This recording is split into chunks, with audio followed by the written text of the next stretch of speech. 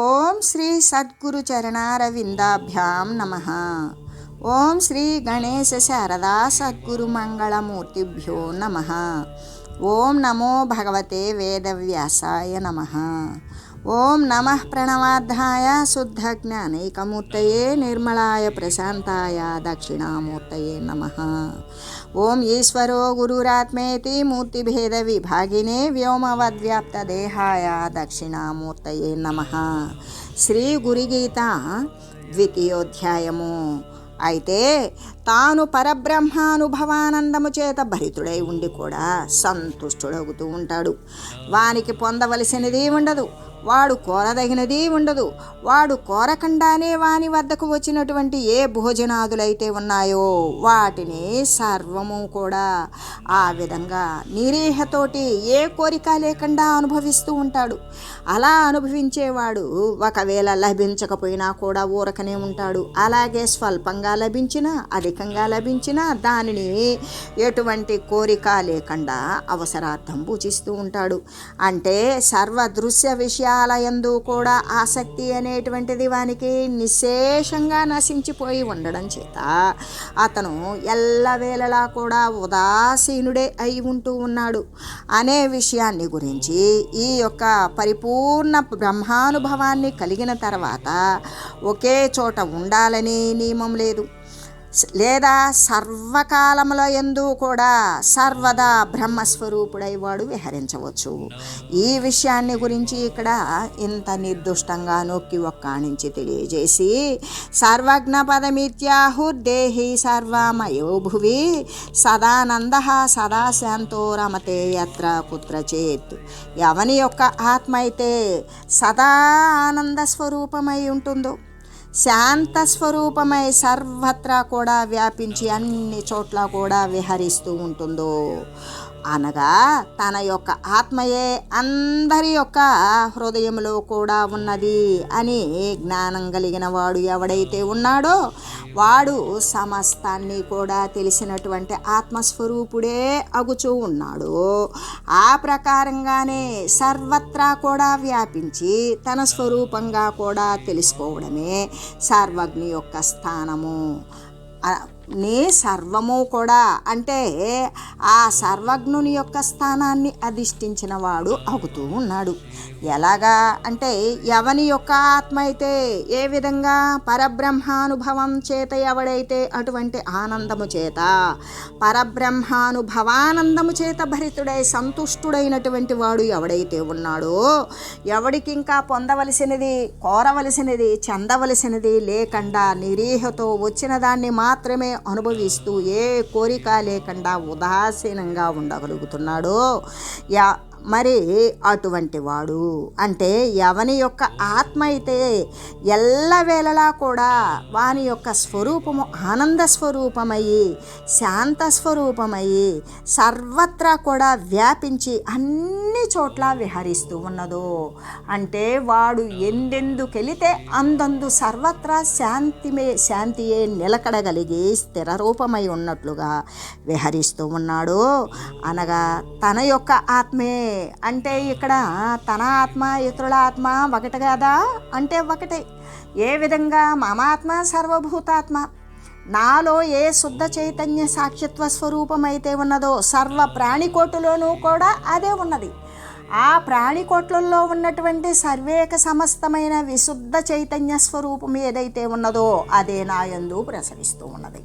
కాబట్టి అయితే నాయందు సర్వ ప్రాణికోట్ల యందు ఉన్నటువంటిది ఏంటి అంటే సర్వేక సమస్తము చిచ్చక్తి స్వరూపంలో సర్వే సర్వత్రా సర్వవ్యాపకమై శాశ్వతత్వముగా నిరతిశయానందముగా నిరామయమై నిరంజనమై పరంజ్యోతి స్వరూపమై సదా సత్యస్వరూపంలో ఏదైతే శాశ్వతత్వాన్ని పొంది ఉన్నదో అదే నీ యందు నా యందు సర్వ జీవకోట్ల యందు కూడా ఏకమాత్ర రసమైనటువంటి ఏకరసమాత్రమైనటువంటి ఏ పరబ్రహ్మం యొక్క శుద్ధ చైతన్యం ప్రతి దాని యందు కూడా ప్రవహిస్తున్నదో, అందుకే ప్రతి వస్తువుకి కూడా కదలిక అనేటువంటిది జరుగుతూ ఉన్నది అని చెబుతూ అటువంటి ఆ విధంగా ఉన్న స్థితిలో వాడు ఆ విధంగా ఎలా అంటే ఆత్మ సదా ఆనంద స్వరూపమై శాంత స్వరూపమై సర్వత్రా కూడా వ్యాపించి అన్ని చోట్ల విహరిస్తూ ఉన్నదో అంటే తన యొక్క ఆత్మయే అందరి హృదయంలో ఉన్నది అనేటువంటి జ్ఞానము కలిగి ఉన్నవాడు అయినట్లయితే మరి వాడు సమస్తాన్ని కూడా తెలియగలుగుతాడు. అలా సమస్తాన్ని తెలియగలిగినటువంటి ఆత్మస్వరూపుడే అవుతూ ఉన్నాడు.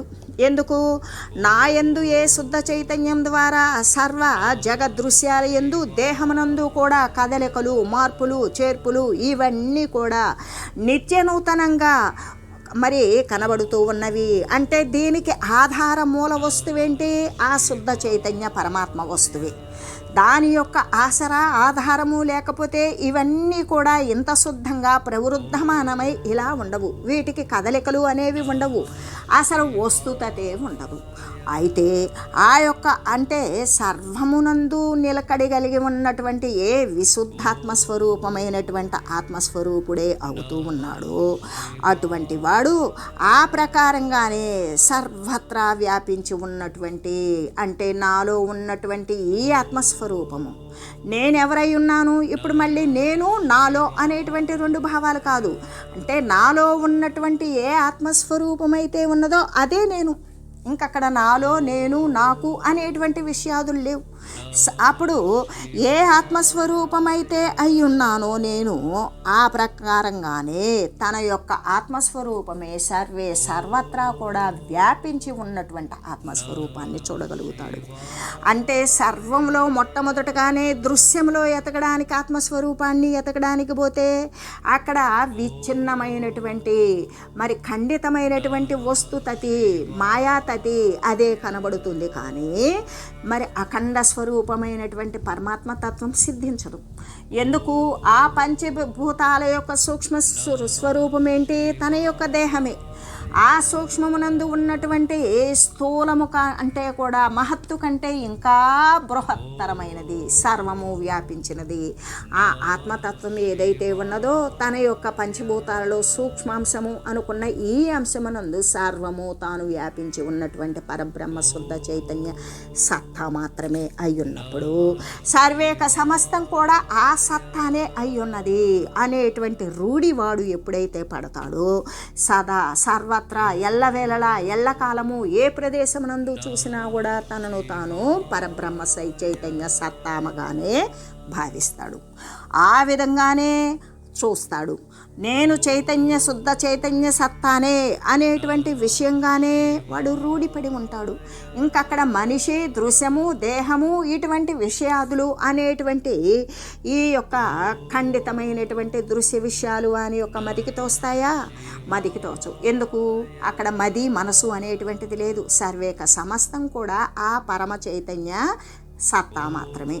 ఇంకెక్కడ మరొకటి మరి ఇంకొకటి ఏమీ లేదు అని వాడు ఆ విధంగా చూసినప్పుడు ఇక వాడు అందుకే ఆత్మస్వరూపుడు అవుతున్నాడు. ఆ ఆత్మస్వరూపం ఆ ప్రకారంగా సర్వత్రా కూడా వ్యాపిస్తుంది. ఎక్కడ? మొట్టమొదట తన యందు తను సాక్షిత్వ స్వరూపములో ఉన్నటువంటి సత్తాక ప్రతిపత్తి అయినటువంటి చైతన్య సత్తాని ఎప్పుడైతే చూడగలుగుతున్నాడో, నిరంతరం అభ్యాసం ఆరూఢమై దృఢపడిందో అప్పుడు సర్వత్రా కూడా తనను చూసుకుంటాడు. ఎందుకు? తనలో ఉన్నటువంటి చైతన్య సత్తానే సర్వం వ్యాపించి ఉన్నది కాబట్టి. అదే స్వరూపంగా తెలిసినప్పుడు సర్వంలో ఉన్నది నాలో ఉన్నది ఉండేటువంటిది అక్కడ ఒక్కటే. అదేంటి అంటే ఆ చైతన్య సత్తా, ఆ యొక్క పరమాత్మ తత్వం, ఆ సత్య వస్తువు నిరామయమైనది, సర్వానికి ఆధారమైనది, నిరాధారమైనది, సర్వజ్ఞత్వము కలిగినటువంటిది అని ఎవరికైతే తెలుస్తుందో అటువంటి వాడు మాత్రమే సర్వజ్ఞుని యొక్క స్థానాన్ని అధిష్ఠించినవాడు. ఇక్కడ సర్వజ్ఞుడు ఎవరు? సర్వము తెలిసినటువంటి వాడే సర్వజ్ఞుడు. సర్వము తెలిసినటువంటి వాడెవరు అంటే సర్వాత్మస్వరూపాన్ని తానై అనుభవించగలిగినటువంటి ఏ శ్రీ గురు పరమాత్మ అయితే ఉంటాడో వాడు మాత్రమే, శ్రీ గురు పరమాత్మ మాత్రమే ఆ యొక్క సర్వజ్ఞత్వ పదవి అనేటువంటిది అలంకరించేవాడు. ఆ విధంగానే ఈ సర్వజ్ఞత్వ స్థానాన్ని కూడా అధిష్ఠించిన వాడు ఎవడు అంటే ఆ శుద్ధ చైతన్య పరమాత్మ తత్వం ఏదైతే ఉన్నదో అదే నేనెవరు అంటే ప్రత్యేకమైన నేను ఆ శుద్ధ చైతన్య పరమాత్మనే. మరి నువ్వెవరు? ఆ శుద్ధ చైతన్య పరమాత్మ ఏది అంటే నేనే అది, అదే నేను. ఇంకక్కడ రెండు లేవు, మొత్తం కలిపితే నేనే. అక్కడ ఆ శుద్ధ చైతన్య పరమాత్మ నేనే. మరి నీవేంటి? నేను శుద్ధ చైతన్య పరమాత్మనే అనేటువంటి ఒక తాదాప్యత, ఒక లీనత్వం, ఒక సంలీనత, ఒక మగ్నత, ఒక ఐక్యత అనేటువంటిది సాధించినటువంటి వాడు మాత్రమే ఆ యొక్క సర్వజ్ఞుని యొక్క స్థానాన్ని వాడు అధిష్ఠించిన వాడు అవుతాడు. అయితే తాను ఈ దేహేంద్రియాదులకు సాక్షి అగుట మాత్రమే కాకుండా సమస్త సమిష్టికి కూడా సాక్షి అయి తెలియడమే సర్వజ్ఞత్వ పదము అని బ్రహ్మజ్ఞానులు చెప్తారు. మనం ఇప్పటిదాకా సర్వజ్ఞత్వ స్థానాన్ని అధిష్ఠిస్తాడు, సర్వవ్యాపకమైనటువంటి పరబ్రహ్మస్వరూపుడైనటువంటి వాడు అని చెప్పాం. ఇక్కడ సర్వవ్యాపకమైనటువంటి పరబ్రహ్మస్వరూపుడు సర్వజ్ఞత్వము అనేటువంటి పదాన్ని అనుసరిస్తాడు. అంటే పదం ఒకటి, సర్వ సమానత్వముతో ఉన్నటువంటి పరమాత్మ స్వరూపం ఒకటి అనేటువంటిది ఉండట్లేదా? అయితే ఇక్కడ ఏమవుతుంది? తాను దేహేంద్రియాలకు, ఇక్కడ తాను వ్యక్తిగా ఉన్నప్పుడు తనకు దేహం ఉన్నది. ఆ దేహము అనేక ఇంద్రియాలతో సంఘటింపబడినప్పుడే అది దేహంగా చెప్పబడుతుంది.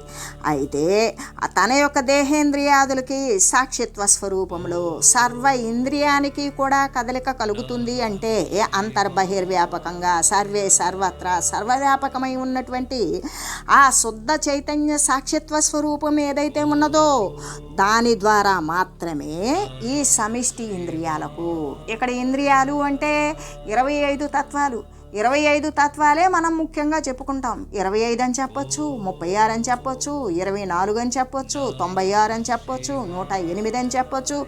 ఇక వాడు పంచకోశాలు, అష్టమదాలు, సప్త వ్యసనాలు ఇటువంటి వాటి అన్నింటినీ కలుపుకుంటా పోతే ఏ విధంగా అరిషడ్వర్గాలు ఇటువంటివి. మరి 5 వాయువులకు, పంచవాయువులకు బదులు దశవాయువులు అంటే వాటి యొక్క ఉపవాయువులు, కర్మేంద్రియాల యొక్క విషయాదులు, జ్ఞానేంద్రియాల యొక్క విషయాదులు, పంచప్రాణయాల విషయాదులు, వీటన్నిటికీ కూడా ఈ ఇంద్రియాలకన్నింటికీ కూడా అధిష్టాన దేవతలు, వీరందరినీ కలుపుకొని చెప్పుకుంటా పోతే చాలానే సంఖ్య పెరుగుతుంది. కానీ ఇక్కడ మనకు అవసరమైన మట్టుకు మేరకు 25 తత్వాలు. 25 తత్వాలు మొట్టమొదటి వాడు జీవుడైతే మిగిలిన 24 తత్వాలు కలిపితేనే ఈ ఇంద్రియాలు, అంతరేంద్రియాలు, పంచప్రాణాలు, పంచ జ్ఞానేంద్రియాలు, పంచ తన్మాత్రలు, పంచ కర్మేంద్రియాలు, ఈ 25 తత్వాలు కూడా పంచభూతాల యొక్క సమ్మిశ్రితంతో ఏర్పడినటువంటి తత్వం. కాబట్టి ఈ యొక్క ఇంద్రియాల యొక్క సంఘటింపబడగా దేహం తయారవగా ఈ దేహేంద్రియాలకన్నింటికీ కూడా సాక్షిత్వ స్వరూపం అంటే ఈ ఇంద్రియాలకి స్వతహాగా కదిలేటువంటి చలనశక్తి లేదు. ఈ చలనశక్తి అంతా కూడా సాక్షిత్వ స్వరూపంతో మాత్రమే ఆ చలనశక్తి అనేటువంటిది సిద్ధింపబడుతుంది. ఏ విధంగా సూదంటు రాయి దగ్గర ఉన్నటువంటి ఇనుప ముక్క అంటించకపోయినా కదిలినట్లుగానే ఆ సాక్షిత్వ స్వరూపమైనటువంటి పరమాత్మ ఆశ్రయం ద్వారా, సమీపత్వం ద్వారా ఈ జడ పదార్థాలైనటువంటి సర్వేక సమస్తమైనటువంటి ఈ యొక్క వస్తువు తటికి కదలిక అనేటువంటిది కలుగుతుంది. ఈ కదలిక కారణం సాక్షిత్వ స్వరూపమైనటువంటి ఆ పరబ్రహ్మమే అని చెబుతూ, అంటే తన దేహేంద్రియాలకు సాక్షి అవడం మాత్రమే కాకుండా ఏ విధంగా సాక్షిత్వ స్వరూపము అన్నప్పుడు అంతర్బహిర్వ్యాపకంగా చూడగలిగినటువంటి సర్వదా నిండి ఉన్న చైతన్య శక్తిని చూడగలిగినప్పుడు అది ఎంత మట్టుకి అంటే తన యొక్క దేహేంద్రియాలకు మాత్రమే సాక్షిత్వ స్వరూపమా, తన యొక్క దేహేంద్రియాలతో మాత్రమే అంటకుండా ఉండేటువంటి సాక్షిత్వ స్వరూపమా, అంటే ఒక్కొక్క దేహానికి ఒక్కొక్క సాక్షిత్వ స్వరూపము ఉంటుందా? ఉంటుంది. కానీ సర్వవ్యాపకమైన కూడా ప్రతి దేహానికి కూడా సాక్షిత్వ స్వరూపం అంటే ఏ విధంగా అంటే ఎన్ని ఇళ్ళుంటే అన్ని ఇళ్లల్లో దీపం ఎలా ఉండవలెనో, ఎన్ని దేహాలుంటే అన్ని దేహాల యొక్క కదలికకు వాని యొక్క జీవన వ్యాపారాలు కొనసాగడం కోసం లోపల ఉన్నటువంటి సాక్షిత్వ స్వరూపం అనేటువంటిది ఉంటుంది. ఏ విధంగా సూర్యుడు ఒకడే అయినా భిన్న భిన్న భాండాల నిండా నీరు పోసి పెడితే ఏమవుతుంది? అప్పుడు బిందె సూర్యుడు, కుండ సూర్యుడు, పాత్ర సూర్యుడు, తొట్టి సూర్యుడు, మరి గాబు సూర్యుడు, చెంబు సూర్యుడు అని చెప్తామా? కాదు. ఆ విధంగానే పరమాత్మ యొక్క ఈ యొక్క ఈ సర్వవ్యాపకమైనటువంటి స్థితి ప్రతి ఒక్క ప్రాణికోట్లో, ప్రతి ఒక్క దేహమునందు ఏ దేహానికి ఎంత అవసరమో, ఏ దేహం ఎంత పరిమాణం ఉన్నదో, ఆ దేహానికి ఎంత చేతనం అవసరమో, ఆ దేహానికి ఎంత ఉండాలి అనేది అంటే సర్వే సర్వత్రా చిచ్చక్తి స్వరూపములు అంటే కీటకమునందు కదలిక ఉన్నది, పెద్ద ఏనుగునందు కదలిక ఉన్నది. ఈ కీటకము మొదలుకొని ఏనుగు మధ్య భాగంలో ఉండేటువంటి అనేక జీవరాశులు మానవులతో కూడా కలుపుకుంటే కోటాను కోట్లు ఉన్నాయి.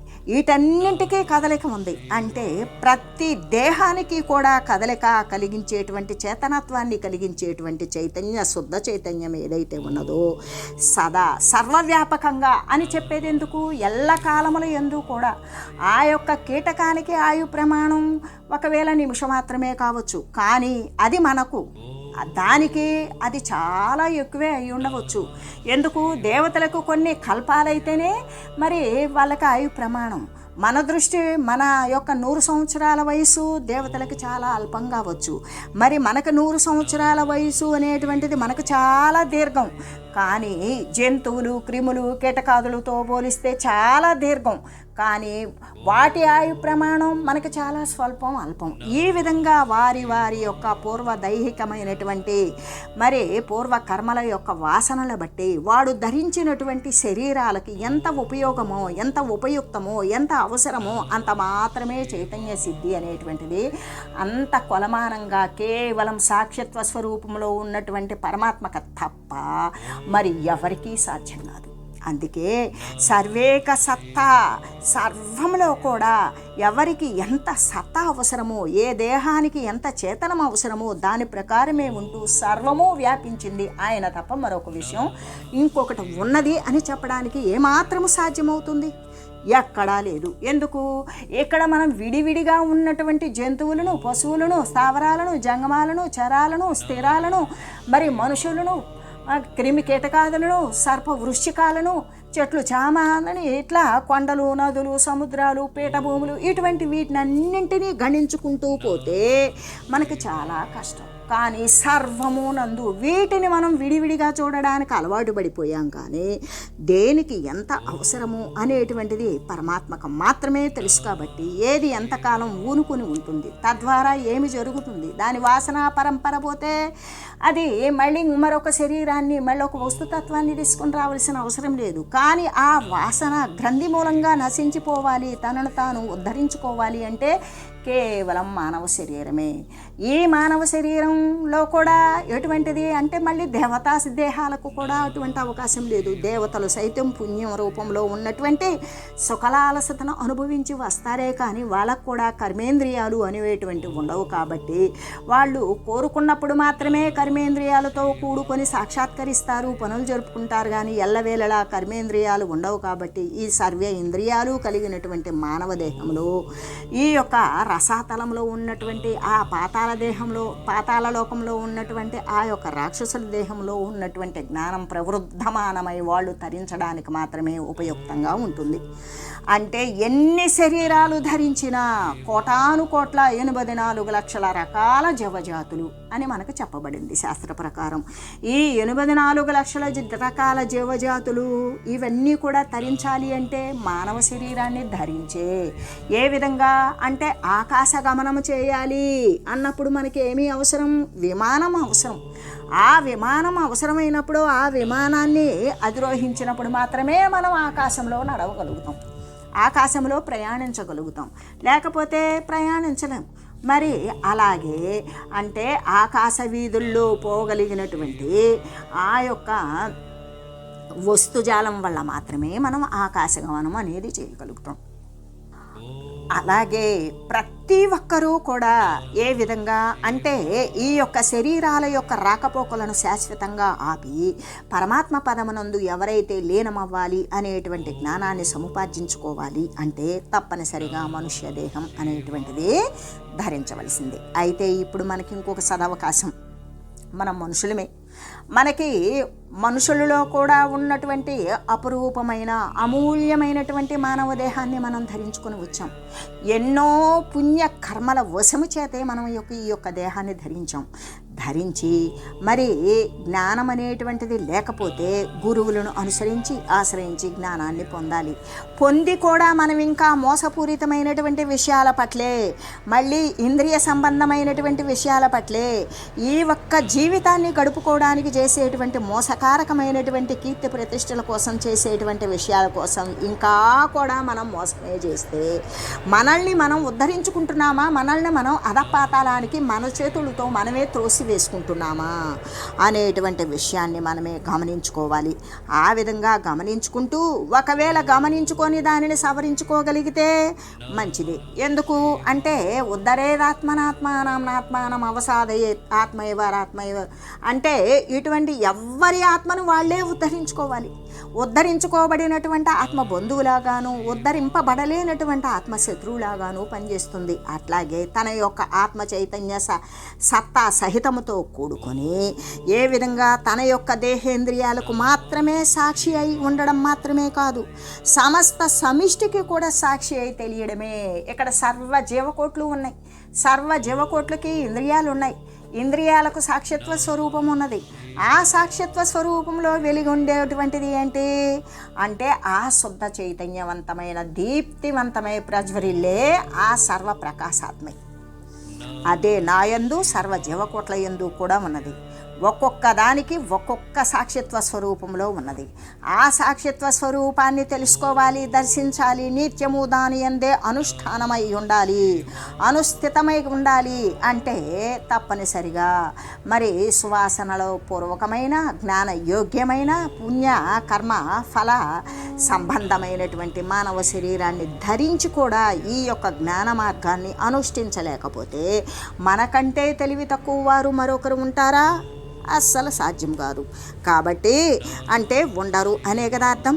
అయితే తన యొక్క దేహేంద్రియాలకే సాక్షి అయి ఉండడం మాత్రమే కాకుండా సమస్త సమిష్టికి కూడా సాక్షి అయి ఉండడమే నేను సాక్షి అయి సర్వేక సమస్తానికి కూడా సర్వవ్యాపకమైన నిత్య నిరంజనమైనటువంటి ఆ పరమాత్మ స్వరూపము ఏదైతే ఉన్నదో అదే నేను అని తెలియడమే సర్వజ్ఞత్వ పదము అని కదా చెప్పుకున్నాం. ఆ సర్వజ్ఞత్వ పదవిని అనుష్ఠిస్తాడు అంటే పదముకు తనకు ఏమైనా మరి భేదం ఉన్నదా? లేదు. అయితే ఆ సర్వజ్ఞత్వ పదము అనేటువంటిది ఏంటి అంటే తన దేహేంద్రియాలకు మాత్రమే కాకుండా సమస్త సమిష్టిగా ఉన్నటువంటి జీవక్రియలకు కూడా సాక్షి అయి ఉన్నటువంటి పరమాత్మ ఏదైతే ఉన్నదో అదే నిత్య నూతన చైతన్య స్రవంతి అని అదే సర్వజ్ఞత్వ పదము అని బ్రహ్మజ్ఞానులు అయినటువంటి వారు తెలియజేశారు అని చెబుతూ ఓం మంగళం శ్రీ గురుదేవాయ మహనీయ గుణాత్మనే సర్వలోక శరణ్యాయ సాధురూపాయ మంగళం. ఓం లోకా సమస్త సుఖినో భవంతు. ఓం శ్రీ సద్గురు పరబ్రహ్మార్పణమస్తు. ఓం తత్సత్.